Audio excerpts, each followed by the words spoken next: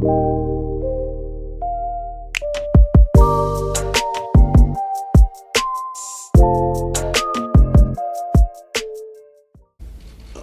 of the most important things, never, ever quit. Never quit.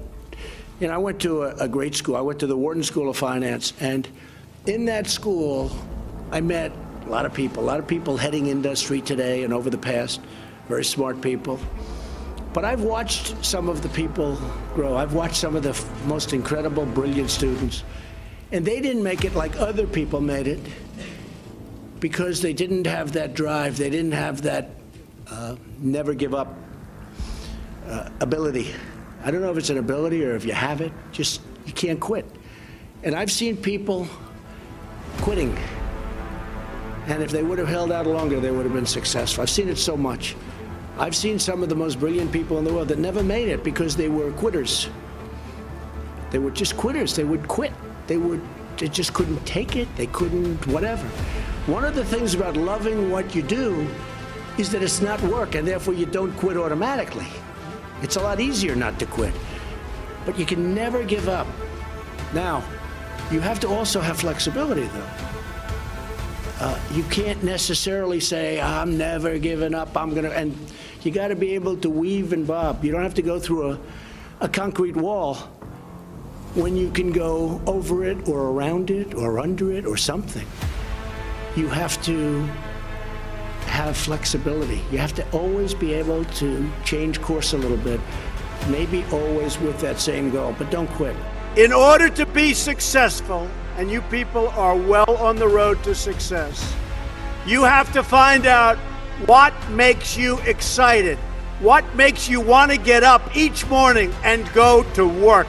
You have to find it. If you love what you do and dedicate yourself to your work, then you will gain momentum. And look, you have to. You need the word momentum. You will gain that momentum. And each success will create another success. The word momentum. In life, I always tell this to people, you have to know whether or not you continue to have the momentum. And if you don't have it, that's okay. Because you're going to go on and you're going to learn and you're going to do things that are great. But you have to know about the word momentum.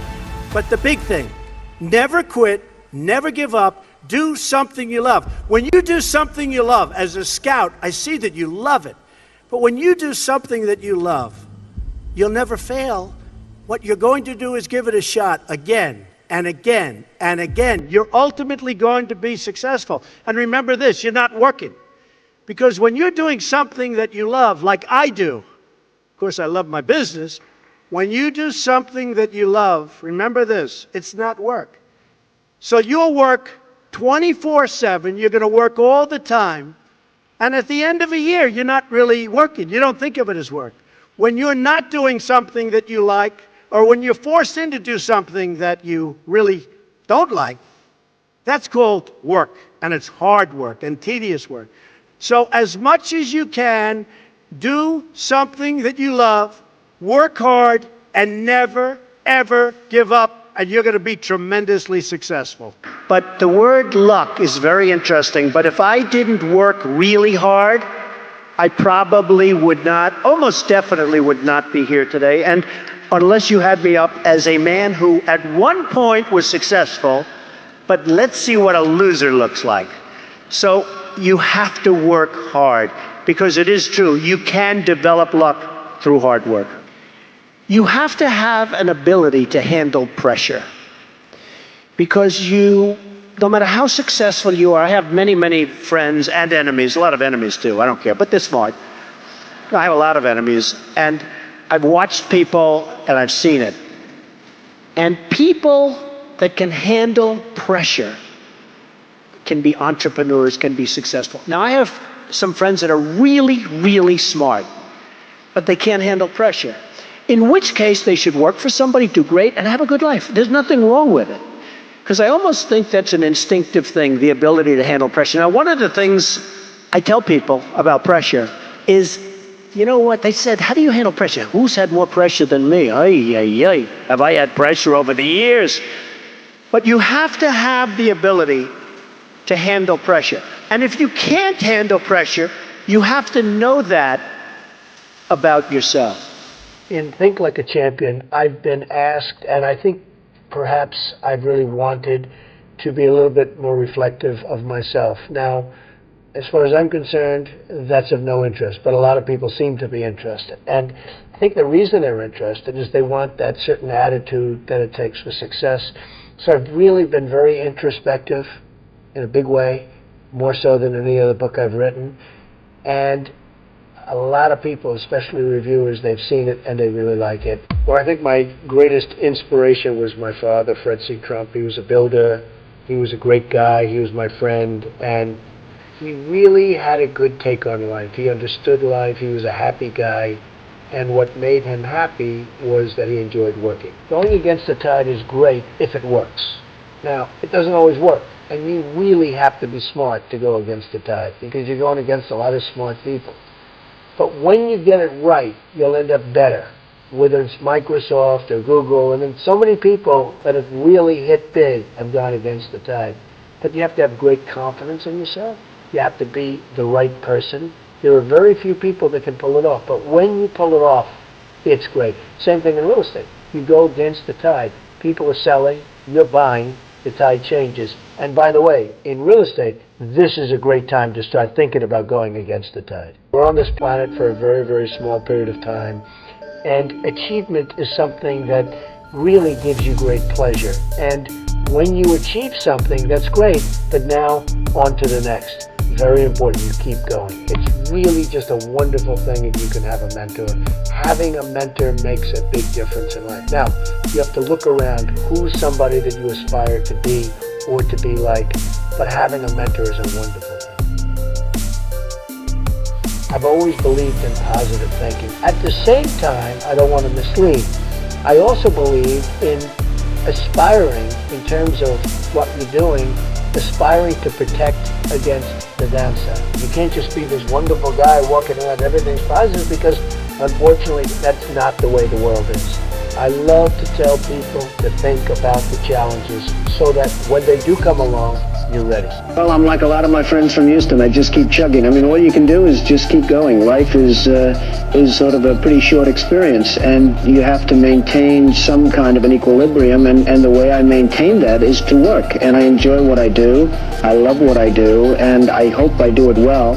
And so I just keep going forward, Dan, and it's so far it's paid off. Are you smarter than most people who would call themselves entrepreneurs? Do you work harder? Well, what is the deal with you anyway? Well, that's an interesting question. I don't know if anyone's ever asked me the question, am I smarter than other people? I think that without a certain innate intelligence and without a certain drive, you're not going to be successful.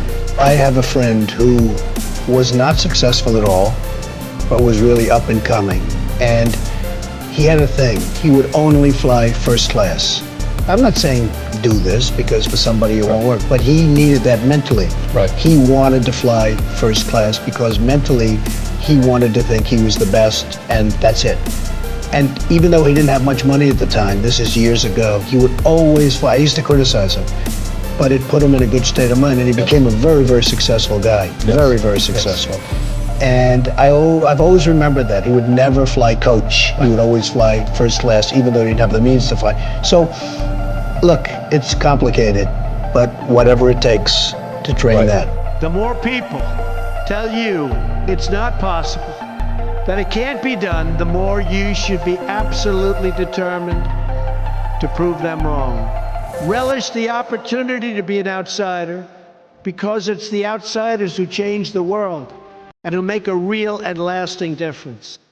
What drives you more, the love of winning or the hate of losing? Maybe equally, maybe both. I don't like losing, and I do like winning. I've never thought of it as to which is more of a driving force. You've been close with a lot of the greats in sport. You think about Tiger Woods, Muhammad Ali. You have people like Michael Jordan, who I think hate losing more than anybody. So what do you learn from those guys? Well, they do have something different. You know, the great champions have something very different, like the sports champions. And, you know, you have champions in other fields, but you see it more readily in sports. You see it over a weekend or you see it during a game. and you see that certain people stand out, and they keep standing out. But it's there for you. It doesn't take a lifetime to find out that somebody was a winner or a loser. And so the sports thing is very interesting. But I play golf with different people, and there's a different mindset among champions. There's really a very different mindset. There's a different thought process.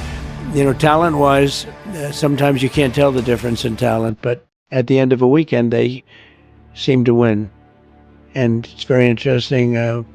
Like as an example, Tiger or Jack Nicklaus, he was a phenomenal winner.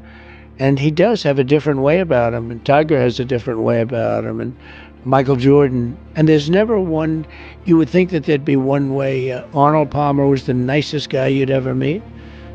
And then you have some champions that aren't really nice. They're just focused on doing their job. So you have, there's not one type of person. But the one thing I would say that everybody seems to have in common is they're very driven. They're driven like beyond.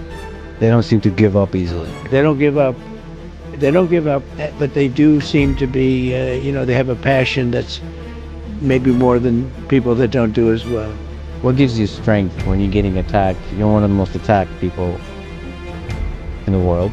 I think you can't care that much. I know people that care so much about everything, like what people are saying. You can't care too much because you end up choking. One of the tragic things about life is that it ends. How often do you think about your death? Are you afraid of it? I have a friend who's very, very successful, and he's in his 80s, mid 80s, and he asked me that exact same question. I turned it around. I said, well, what about you? He said, I think about it every minute of every day. And then a week later, he called me to tell me something, and he starts off the conversation by going, tick tock, tick tock. Yeah. This is a dark person, in a sense, but it is what it is. I mean, if you're religious, you have, I think, a better feeling toward it. You're supposed to go to heaven, ideally not hell, but you're supposed to go to heaven if you're good. I think our country's missing a lot of religion. I think it really was a much better place with religion. It was almost a guide, to a certain extent it was a guide. You want to be good to people. Without religion, there are no guardrails. I'd love to see us get back to religion, more religion in this country.